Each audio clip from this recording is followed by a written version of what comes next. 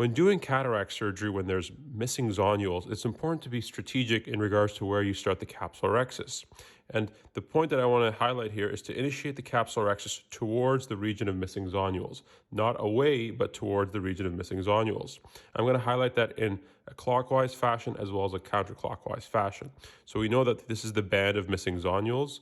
And as I said, you want to go towards the region. So in this scenario here, the clockwise fashion, it's highly advised to start here. Why is that? You can see how it's moving towards the region of missing zonules. Because as you do that, as you're pulling and creating the capsulorhexis, you can rely on the remaining zonules for countertraction. And of course, when you're doing the capsulorhexis, it's all about a tug of war. You want to be strategic and you want to make use of the remaining zonules. On the other side, if you start away, so this was towards, this is away from the missing zonules. So here's the missing zonules. The surgeon's moving away from the missing zonules.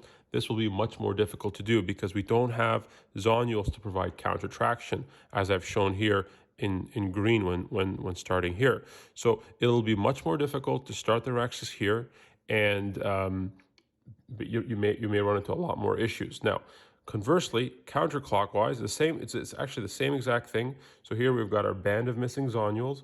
Notice how the surgeon is moving towards the region of missing zonules. Again, this is the key statement here.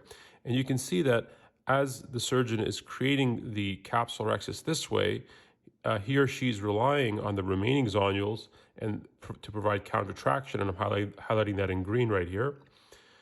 If the surgeon starts the capsulorhexis away from the band of missing zonules, again, that'll be much more difficult because there are no zonules here to provide countertraction. And so again, it'll be much more difficult and you can run into more complications from that standpoint if you start moving away. So again, one last time, when you're doing the capsulorhexis, you want to always initiate the rhexis towards the region of missing zonules.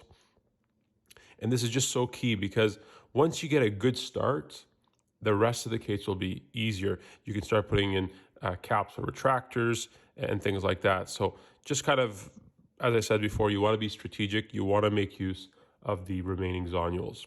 I hope you found this video to be useful for you, and thanks for watching.